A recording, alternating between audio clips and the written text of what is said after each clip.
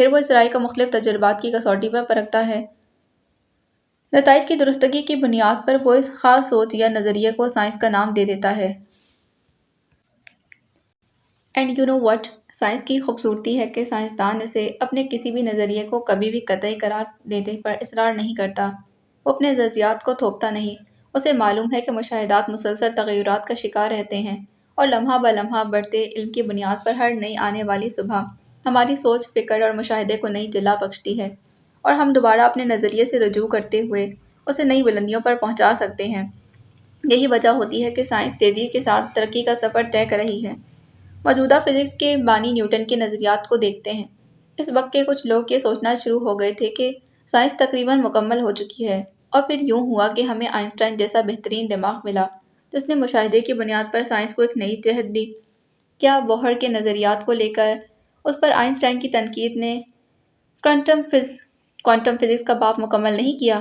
نہیں، بالکل بھی نہیں۔ سائنس کا ہر طالب علم یہ بات جانتا ہے کہ ہر نظریہ قطعی نہیں ہوتا، اس میں ہمیشہ بہتری کی گنجائش موجود رہتی ہے، یعنی سائنس مکمل نہیں ہے۔ یہ بات دماغ میں بٹھا لیں کہ سائنس مکمل نہیں ہے، سائنس لمحہ بہ لمحہ تبدیل ہو رہی ہے۔ وہ سانس لینے کو رکا۔ تو اس کا مطلب وہ سب لوگ جو سائنس کے ذریعے ثابت ہونے والی مذہب کی باتوں پر یقین کر کے ایمان لے آتے ہیں، کیا وہ نقصان میں ہیں؟ لڑکی نے اگلا سوال کیا۔ مذہب کی بنیاد مشاہدات سے مبرا خالق کی قطعی پہچان پر ہے۔ ماضی میں انسان جب بھی کسی طاقتور چیز کو دیکھتا تو اپنے مشاہدات سے اس کی برتری کو تسلیم کرتے ہوئے اسے اپنا خالق تسلیم کرتا رہا ہے۔ انسان کی بشری کمزوری کو جانتے ہوئے الہام کے ذریعے خالق نے اپنی پہچان کروائی۔ جب ہم کسی بھی نئی سائنسی ترقی یا ایجاد کو اسلام پر لاگو کرتے ہوئے اسے اسلام کی حقانیت کا ثبوت گردانتے ہیں تو یہ مذہب کے ساتھ زیادتی ہے۔ اس کی یہ بات سن کر ہال میں بیٹھے اسٹوڈنٹس الجھ گئے تھے۔ کوئی بھی سائنسی نظریہ جسے لوگ آج مذہب سے جوڑ کر حق ثابت کرنے کے لیے رتب لسان ہیں، اگر کل کو غلط ثابت ہو گیا تو کیا یہ مذہب پر شکوک و شبہات میں اضافے کا موجب نہیں ہوگا؟ آپ کو کیا لگتا ہے وہ لوگ اپنے عقیدے پر قائم رہ پائیں گے اس وقت جب سائنس مذہب سے ٹکرا جائے گی؟ قرآن مجید میں بارہا مشاہدے کے دعوے اس بات کا قطعی ثبوت ہیں کہ جس چیز کے بارے میں انسان سوچ اور سمجھ سکتا ہے اسے انسان کی عقل پر چھوڑ دیا گیا، یعنی سائنسی علوم۔ ایک بات کی نشاندہی بہت ضروری ہے کہ جب سائنس قطعی نہیں ہے تو اسے دلیل بنا کر مذہب کو ہٹ نہیں کیا جا سکتا۔ سائنسی حلقوں کی جانب سے کسی بات کا تمسخر جسے مذہب نے اشارتاً ذکر کیا ہو بالکل ہی غلط اور بے بنیاد ہے۔ جیسے قرآن میں 7 آسمان کا تذکرہ آیا ہے جسے سائنس بھی ابھی تسلیم کرنے سے قاصر ہے، اس کی وجہ ہمارا سطحی مشاہدہ ہے۔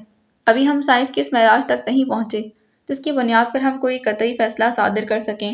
جیسے آئنسٹائن کی تھیوری سے پہلے کئی صدیوں تک ارسطو کا دیا گیا ایتھر کا نظریہ کئی سائنسی نظریات میں کامیابی کے ساتھ استعمال ہوتا رہا، پھر نظریہ اضافیت نے اسے غلط ثابت کر دیا اور اسی اصول کو اپناتے قائم سائنسی نظریات کو ایک نئی سمت کی طرف گامزن کر دیا تھا۔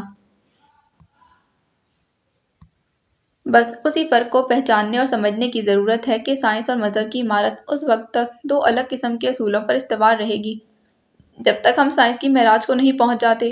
میرا ماننا یہی ہے کہ اسلام کسی بھی سائنسی وضاحت کا محتاج نہیں، اسے منوعاً تسلیم کرتے ہوئے سائنس میں بہتر سے بہترین کا سفر جاری رکھا جا سکتا ہے، بجائے اس کے کہ آپ اس بات سے متاثر ہوں، اسلام میں داخل ہوں کہ یہ مذہب سائنس کے ذریعے ثابت ہو رہا ہے۔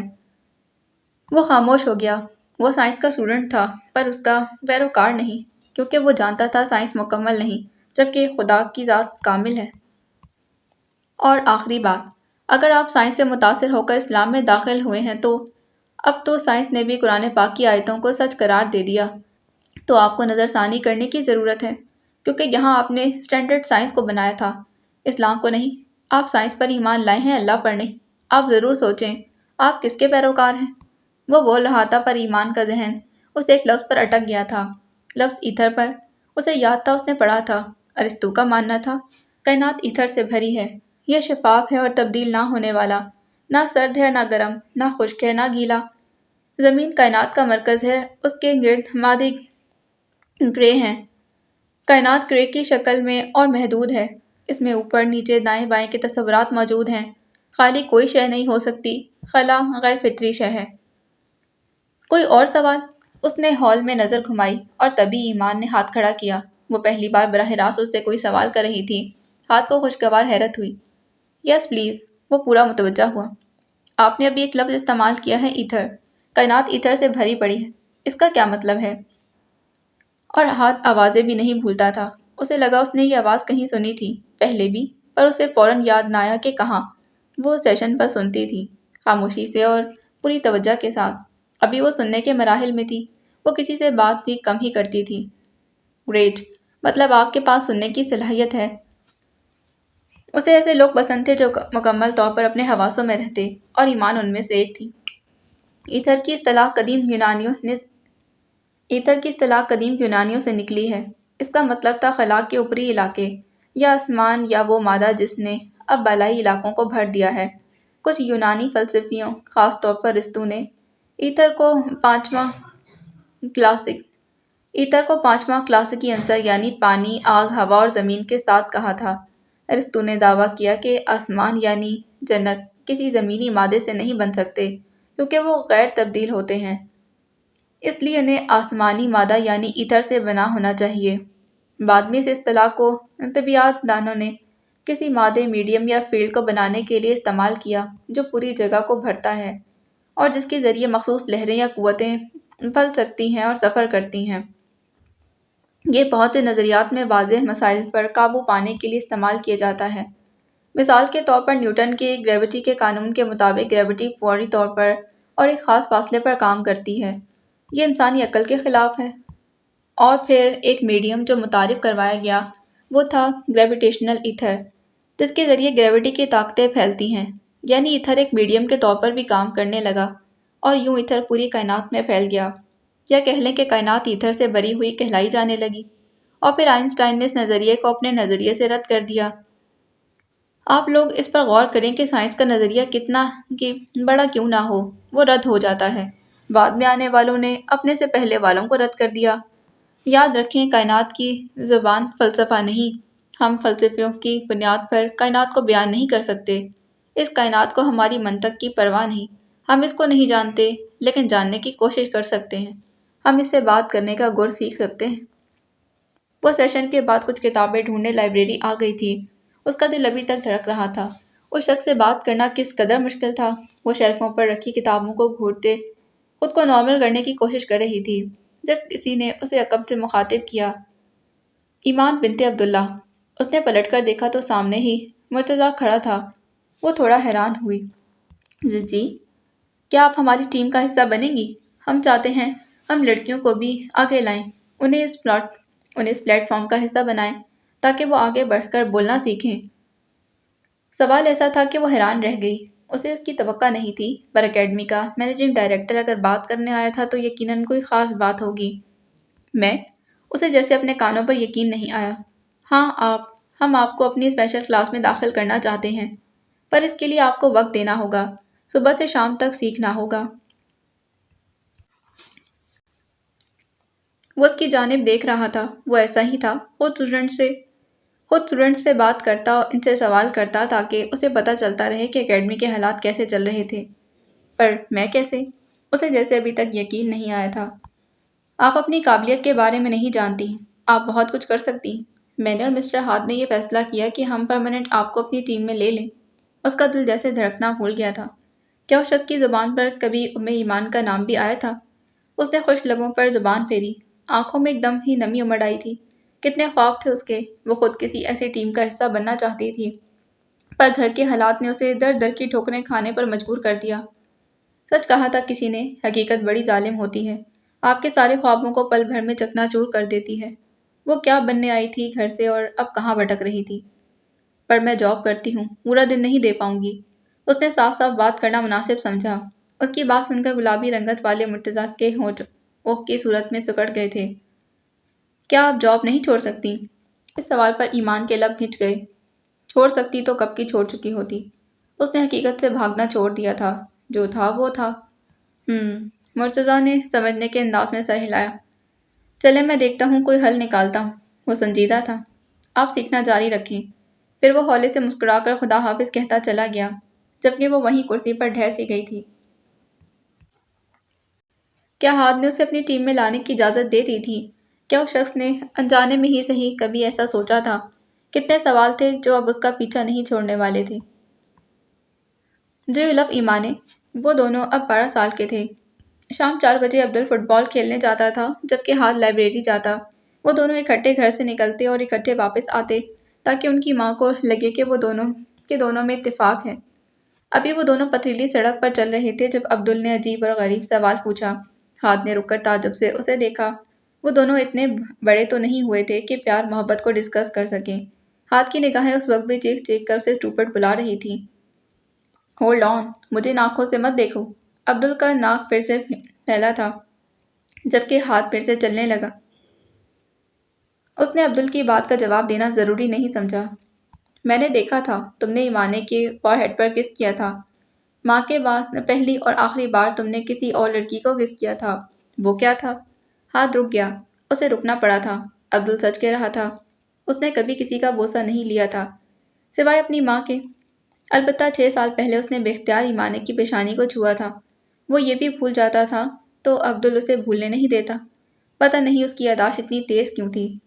وہ بیبی تھی اس لیے، ہاتھ نے جواب دیا۔ بیبی تو منہ بھی تھی، تم نے اسے نہیں کس کیا۔ عبدل باز آ جاتا، ایسا ہو ہی نہیں سکتا تھا۔ مجھے ایسا کچھ یاد نہیں، اس نے انکار کرتے اپنی رفتار بڑھا دی۔ پر مجھے سب یاد ہے، تم کیسے بھول سکتے ہو؟ عبدل چڑ گیا اور اس بار ہاتھ کو پھر سے رکنا پڑا۔ تم چاہتے کیا ہو؟ اس نے پلٹ کر عبدل کو دیکھا۔ وہ اپنی فٹ بال ٹیم کا یونیفارم پہنے ہوئے تھا۔ قدم قدم چلتا اس کے قریب آیا۔ ینگ مین، میں بس چاہتا ہوں کہ تم مان لو کہ تم بھی ایمانے کو یاد کرتے ہو۔ اس نے ہاتھ کے کندھے پر ہاتھ رکھا تھا، یوں جیسے بڑا بزرگ حوصلہ دے رہا ہو اپنی غلطی ماننے کا۔ ہاتھ حیرت سے اسے تکنے لگا، ہونکوں کی طرح۔ I know she is your first love۔ میں جانتا ہوں وہ تمہاری پہلی محبت ہے۔ وہ اب اس کا گال تپتپا کر آگے بڑھ گیا جبکہ ہاتھ بس اسے جاتے دیکھتا رہا۔ ایمانے، وہ تلملایا۔ وہ اب اسے اریٹیٹ کرنے لگی تھی۔ سچائی سے آگاہی۔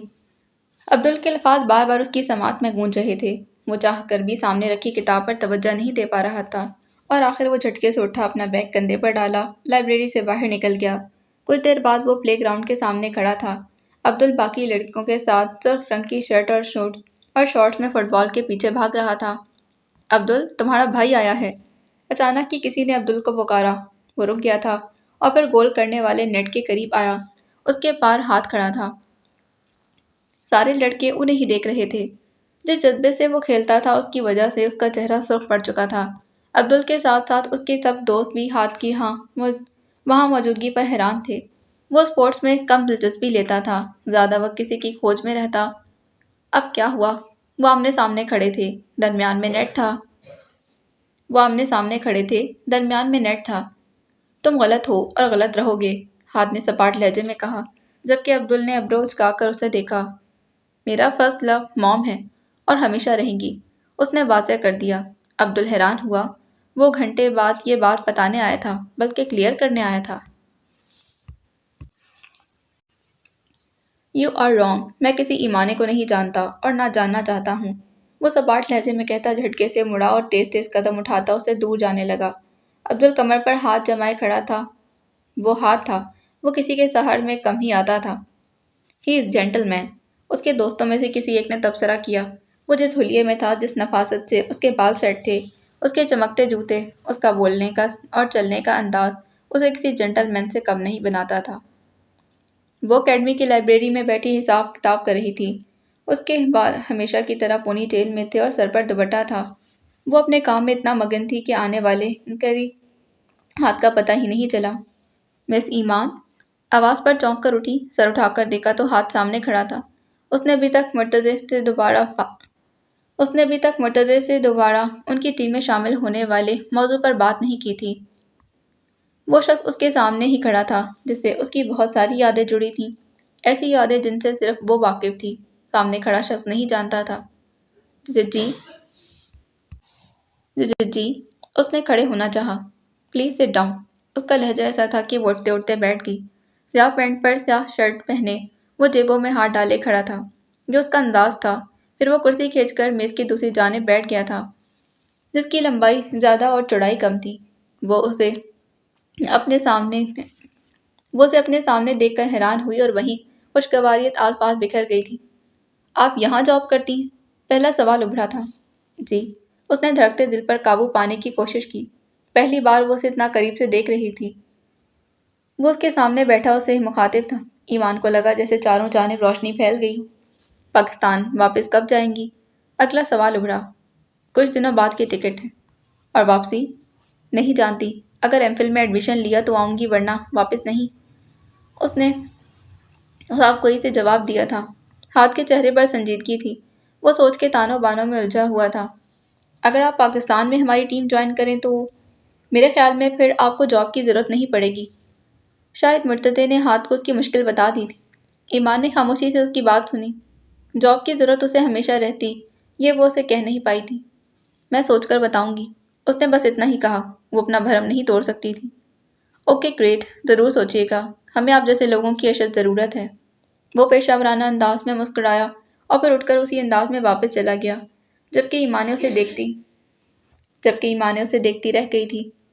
جو بات اسے ہاتھ کی سب سے زیادہ اچھی لگتی تھی وہ اس کا کانفیڈنس تھا، اس کا پر اعتماد ہونا، خود پر بھروسہ رکھنا، اور وہ خود میں اتنا اعتماد لانا چاہتی تھی کہ اپنے بڑے بڑے فیصلے خود کر سکے۔ وہ پر اعتماد نظر تو آتی تھی، کبھی کبھی بڑے بڑے کام کر جاتی، پر کئی جگہوں پر وہ کمزور تھی، ایموشنلی بھی۔ اپنے سے جڑے لوگوں کو لے کر وہ ہمیشہ کمزور پڑ جاتی تھی۔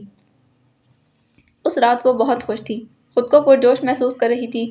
اکیڈمی کے بعد وہ سیدھا ہاسٹل آئی تھی۔ مسکراتے ہوئے اس نے اپنے لیے کھانا بنایا اور اپنے کمرے میں آ گئی۔ روز ابھی تک نہیں آئی تھی۔ ماسیل کا خیال دور دور تک کہیں نہیں تھا۔ ابھی وہ کھانا کھانے بیٹھی تھی جب سلمیٰ بیگم کا فون آ گیا۔ ویڈیو کال تھی۔ السلام علیکم امی، اس نے خوش دلی سے سلام کیا۔ وعلیکم السلام، کیسی ہو ایمان؟ سلمیٰ بیگم نے پوچھا۔ ایمان نے انہیں اپنے پاکستان کا بتا دیا تھا۔ تقریباً ایک ہفتے بعد اس نے جانا تھا۔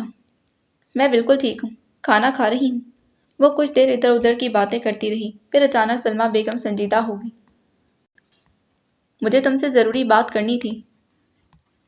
وہ تھوڑی کشمکش کا شکار تھی۔ تمہارے لیے ایک رشتہ آیا ہے، لڑکا بہت اچھا ہے۔ ہونے والا نہیں لے پائی، ہاتھ ہوا میں ہی رک گیا تھا۔ وہ اب بے یقینی سے سلمیٰ بیگم کو دیکھنے لگی۔ میں نے کہا تھا تمہارے پاس 3 سال ہیں، وقت گزر چکا ہے، اب میں تمہاری شادی کرنا چاہتی ہوں۔ پر امی، اس نے کچھ کہنا چاہا۔ تمہیں پتہ ہے نا، لڑکا وہیں رہتا ہے جہاں تم ہو، پڑھا لکھا ہے اور مجھے تو بہت پسند آیا۔ باقی تم جب آؤ تو دیکھ لیں گے، پہلے اس لیے بتا رہی ہوں کہ تم ذہنی طور پر تیار ہو کر آؤ۔ وہ خاموشی سے سنتی رہی، ساری خوشی غائب ہو چکی تھی۔ کچھ دیر بعد فون بند ہو گیا اور وہ اکیلی بیٹھی رہ گئی۔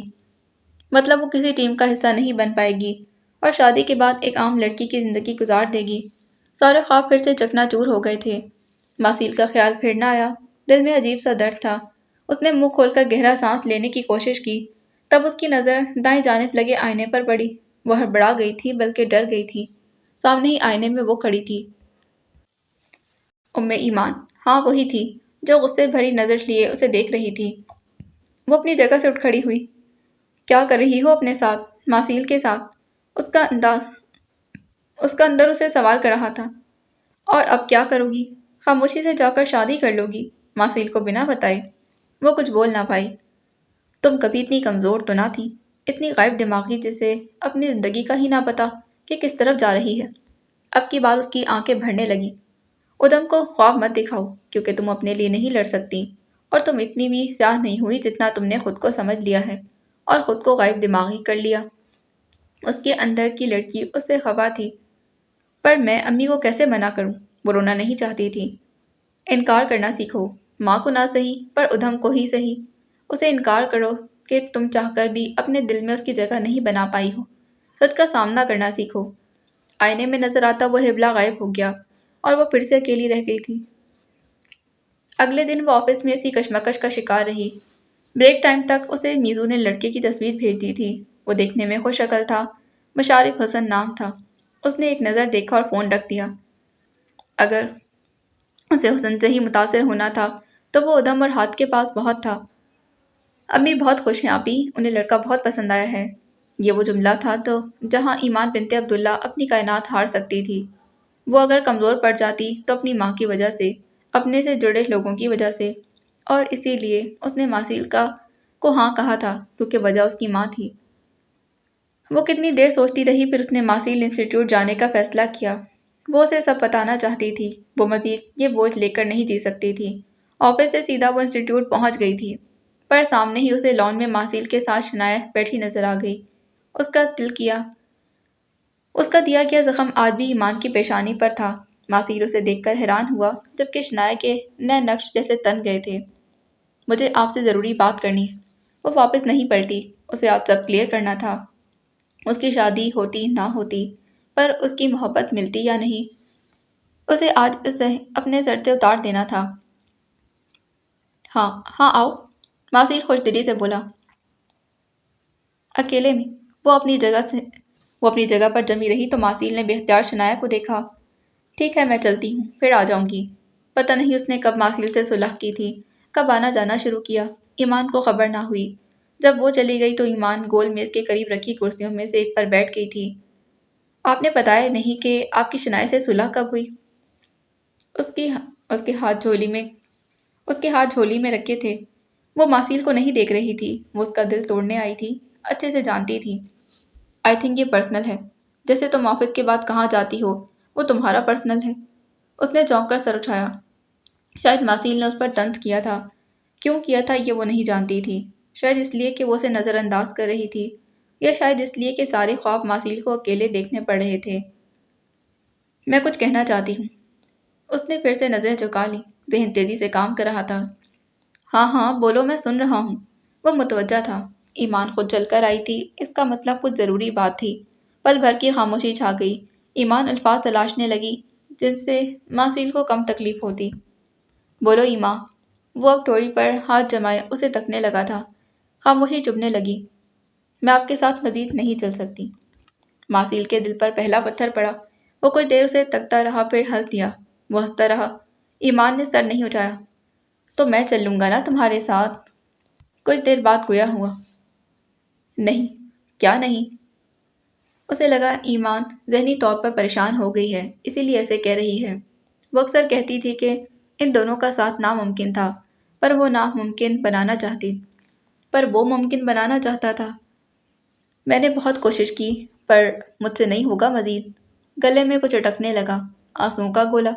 ماسیل کو سنجیدہ ہونا پڑا۔ اور ایسا کیوں ہے؟ کیونکہ آپ میری پسند نہیں۔ اس نے نظریں اٹھائیں اور دوسرا پتھر پڑنے پر کانچ ٹوٹ کر دور دور تک بکھرا تھا، پر آواز ایمان نہیں سن پائی تھی۔ وہ اب اسے دیکھ رہا تھا، بے یقینی سے سمجھنے کی کوشش